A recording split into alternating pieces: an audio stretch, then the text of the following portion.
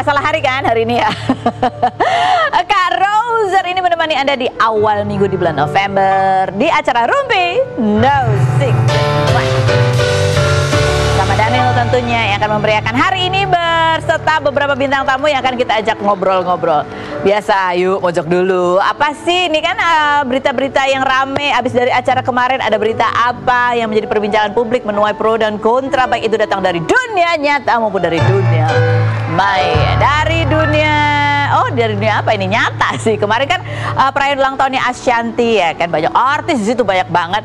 Nah, ini yang salah satu yang menjadi sorotan publik adalah ketika Irfan Hakim itu bikin apa sih, dia bikin vlog atau diwawancara sama Alshad, terus dia menyebut Alshad itu sebagai high quality jomblo ya. Terus Alshad bilang yang jomblo burungnya gitu ya.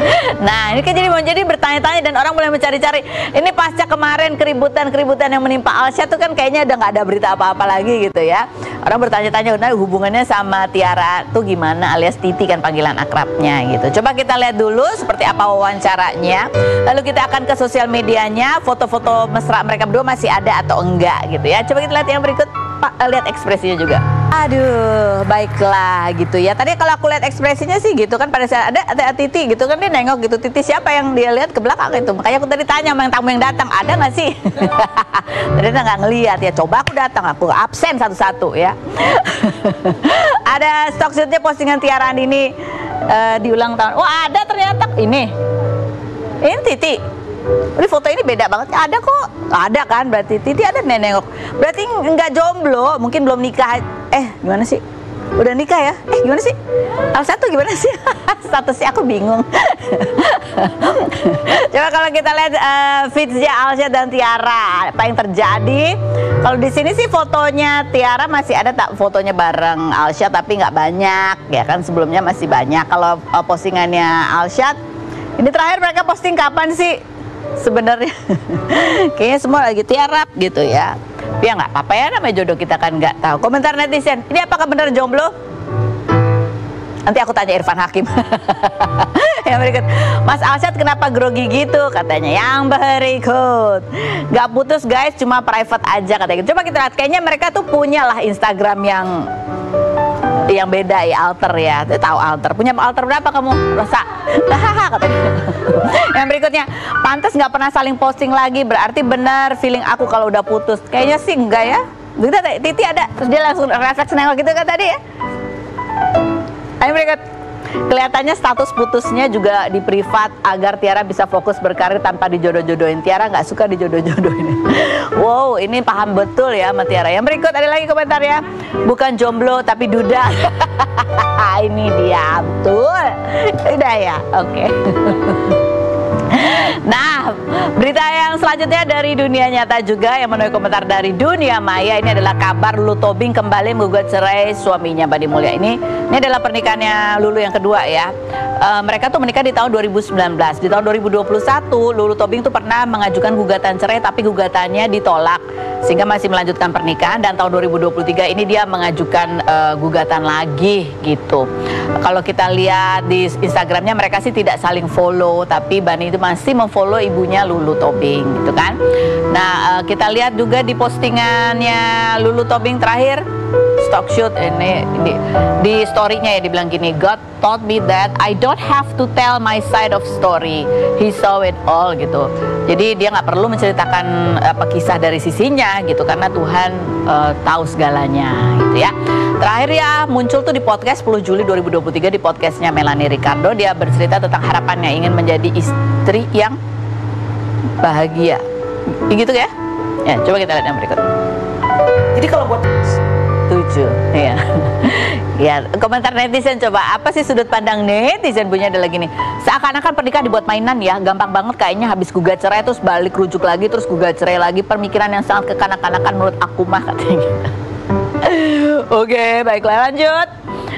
Untuk yang bilang gampang banget kawin cerai belum ngerasain gimana ngejalanin rumah tangga, yang kitanya udah berusaha untuk mempertahankan rumah tangga agar bisa tetap bertahan. Mungkin Mbak dan Masnya sudah berusaha, tapi mungkin sudah tidak bisa dipertahankan lagi karena ada satu hal yang sudah berada di titik menyerah demi kebaikan berdua. Yang berikutnya, nyari apa sih sebenarnya yang sempurna yang nggak ada kayak gitu. Oke, ini netizen ya. Pertanyaannya itu loh agak menolak. Itu kayaknya pertanyaan lebih julid daripada pertanyaan aku. Ada juga yang menjodohkan dia berangan-angan lebih halu lagi tuh ya karangannya, karena mereka dulu adalah penggemar sinetron Tersanjung ya. Yang main kan Ari Wibowo sama Lulu Tobing. Ya, Ari Wibowo-nya kan udah jomblo. Ya. Jadi kalau misalnya Lulu Tobing terus mereka jodoh-jodohin biar sinetron Tersanjung itu menjadi kenyataan. Oke, baik. Nah, kalau yang berikut ini ada Angelina Sonda. Kemarin dia memposting surat-surat cinta dari almarhum suaminya Adjie Said. Iya, aku pengen baca deh suratnya bunyinya apa sih. Terus kok ngirimnya tuh kapan? Itu zaman apa kok masih surat-suratan ya? Kita lihat dulu profilnya berikut ini. Akhirnya sudah bersama dengan Angelina Sonda dan Angie, dan dia sudah membawa 2 dari segepok ya tulisan cintanya dari Mas Adjie Said. Coba kita lihat nih postingannya ya, postingannya dulu nih gini. Oh, indeed, reading these letters always remind me of your love that colored my life, and these letters always came with roses or lilies. Aduh, rest in love and enjoy the song Mengenangmu by Baby Romeo. Kuat. Ini dibawa nih beberapa ya, 2 diantara. Dan ini selalu datang beserta bunga. Jadi Mas Adjie itu kan selalu ngirimin aku. Dia tahu aku suka roses sama lilies gitu, dan itu selalu dibawa dengan selalu ada notesnya. Oke, ini yang notes yang kamu bawa 2 ini apa nih kondisi situasinya apa waktu itu? Kalau yang ini sih kayaknya pas kan Mas Adjie tuh ngelamar aku 3 kali ya. Ngelamar untuk nikah. Dan 3-tiganya ditolak. Dan yang ini nih aku bilang kayaknya aku harus itu milih orang tua gitu ya.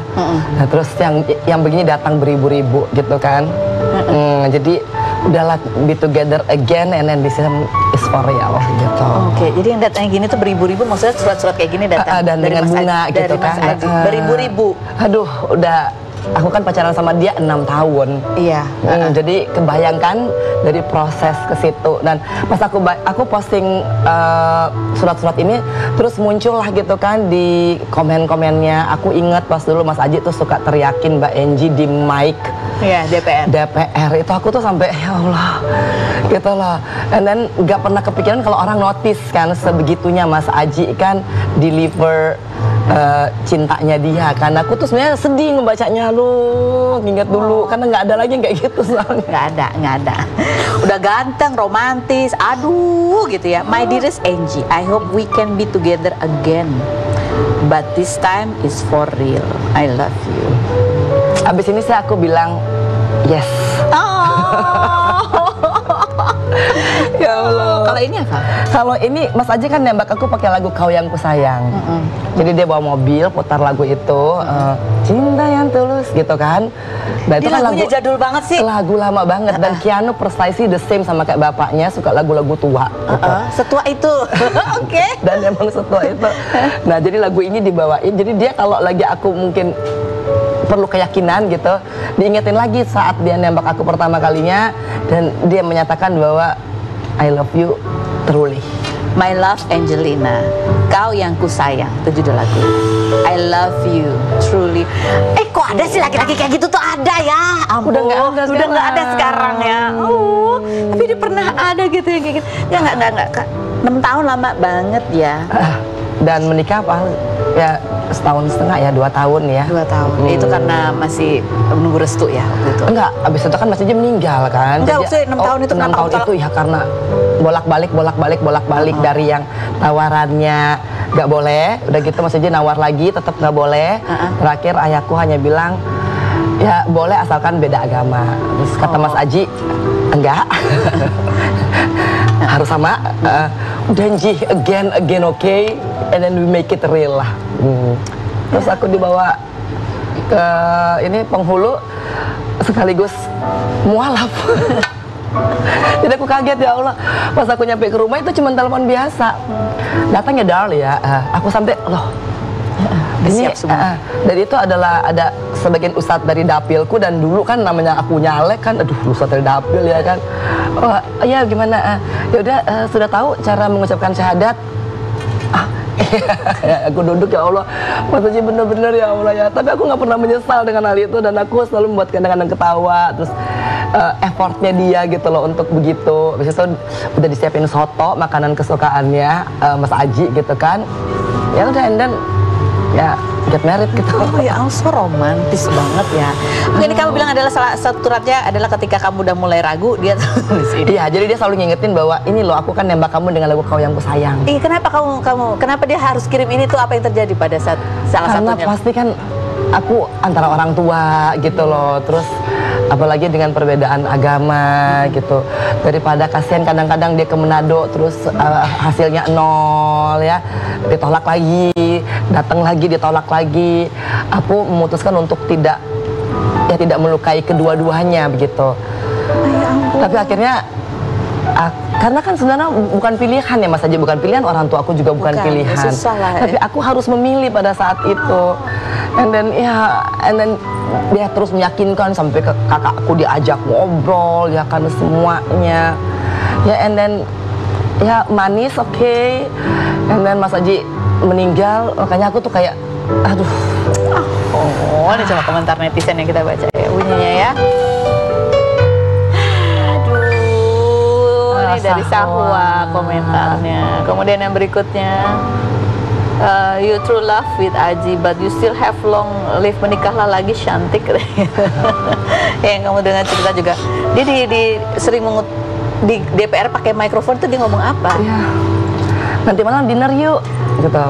Aduh ya Allah.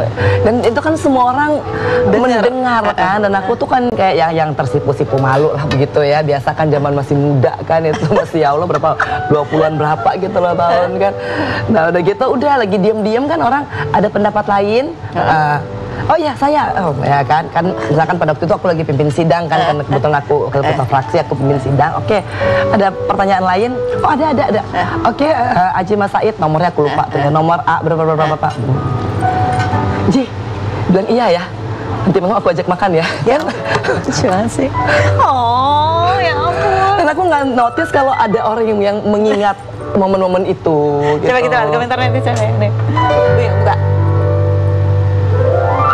Nah, dulu lagi almarhum masih ada, minta cerai. Sekarang udah nggak ada, baru terasa kehilangan. Nah, namanya juga perjalanan. Namanya pernikahan. juga apa ya, rumah tangga ya, gitu. Apalagi dua-duanya lagi naik. Iya. Ya kan, aku punya jabatan yang tinggi gitu kan, masih sibuk. Aku lagi ngambil S3 gitu kan.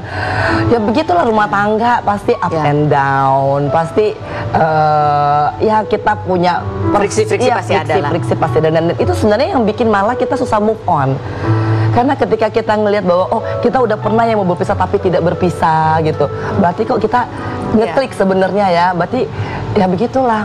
And then that's a really lesson gitu loh, bahwa kita lagi kesel karena namanya cewek dulu kan maunya begini gitu kan. Dan sebenarnya kan majority kenapa tuh ada kata-kata begitu, karena ada orang tuaku, ada keluarga besarku. Jadi kadang-kadang kan ya namanya walaupun Mas Aji tuh sangat toleran, dia bikin Natalan di rumah buat menyenangkan hati kedua orang tuaku.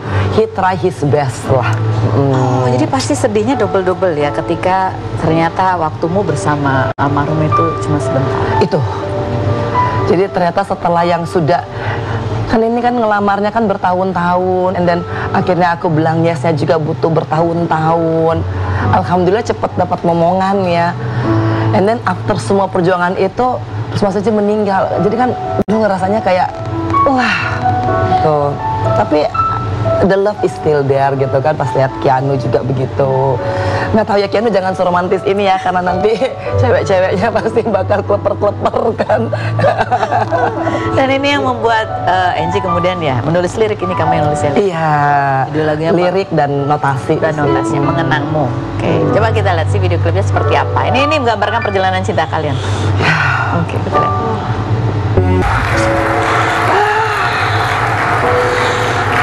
Momen apa kamu menulis ini? Jadi pas lagi COVID di lapas tuh kan nggak ada kunjungan sama sekali ya. Tapi di saat itu juga blessing in disguise-nya kita diperbolehkan untuk main alat musik. Akhirnya setelah 8 tahun aku menanti, karena kan nggak pernah bisa pegang piano, nggak pernah bisa pegang gitar, terus dapatlah tuh gitar kan. Nah, dan kenapa aku nulis lagu ini karena dulu tuh Mas Aji tuh kalau aku main piano dia bilang, "Ji, ajarin aku main piano ya." Aku juga pengen sampai les. Aku main gitar, Mas Aji juga usaha gitu loh, mau main gitar. "Ji, ini kunci B minor ya, ini kunci." Ya Allah. Jadi pas aku pegang itu gitar itu aku kan jadi ingat Mas Aji ya. Nah, terus langsung mengalir aja lirik dan chord-chordnya gitu ya aku mainin gitu kan. Karena emang setelah Mas Aji pergi kan aku hancur banget sebenarnya. Habis itu aku kena kasus, aku jalanin sendiri gitu kan.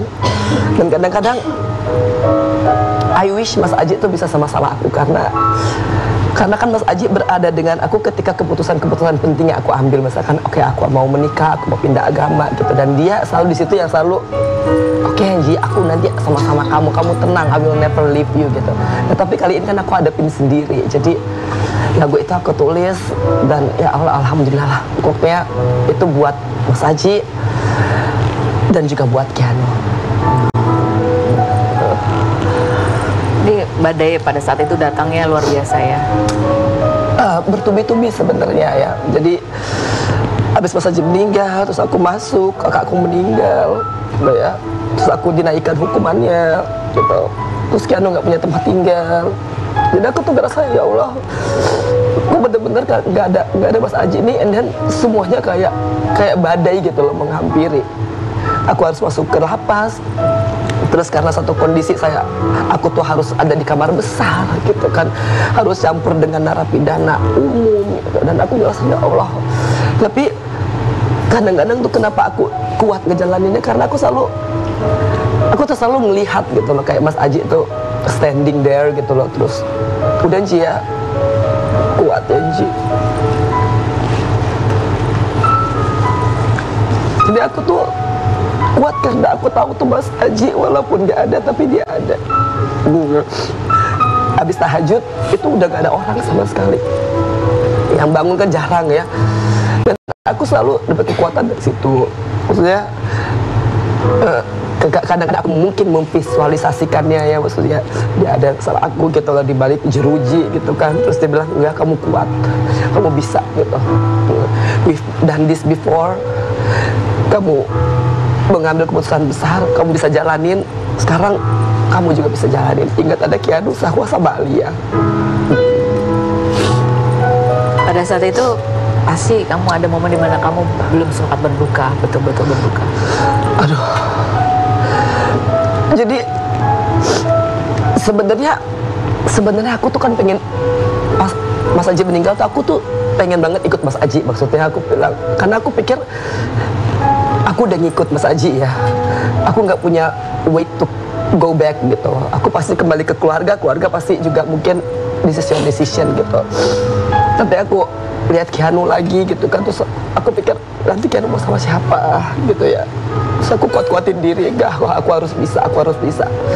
Di saat aku mau kuatin aku harus bisa, and then datanglah itu berita aku jadi tersangka.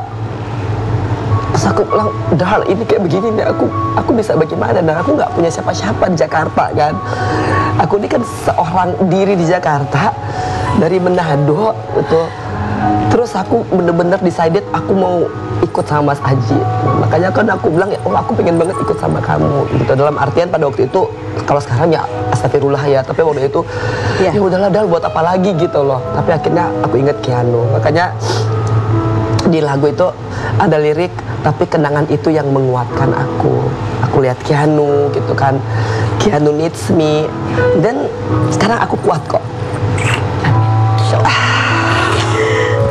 Ya ampun. Aduh. Masya Allah. Ya. Oke, kita beralih ke bahasan saat biar gak nangis. Kita menuju ke kisah cinta yang lain ya. Ini cinta zaman now ya. Zaman now, Alia dan Thorik yang lagi ramai. Aduh, tiap hari nih aku bacain berita ini ya. Siapa-siapa yang banget gitu ya. Ini kemarin kamu ketemu lagi sama Thorik dan Alia gitu. Iya. Aduh. Nggak, ini udah ada pembicaraan keluarga apa sih? Nggak ada. Anak-anak ya, karena kita pernah ngalamin ya. Jadi kalau aku tuh kebetulan kan memang aku jarang ketemu Alia sibuk syuting gitu ya. Nah, aku memahami lah kesibukannya. Aku ketemu kemarin gitu kan. Ada di sampingnya gitu ya. Ya udah gitu. Ya kalau kita kan yang penting. Tapi ngikutin kan kamu betapa ramainya berita. Aduh, dan kadang-kadang aku suka sedih karena kadang-kadang kan mungkin sebenarnya apa ya, kok jadi malah menimbulkan banyak yang membawa keburukan gitu kan. Dalam artian anak muda lah ya.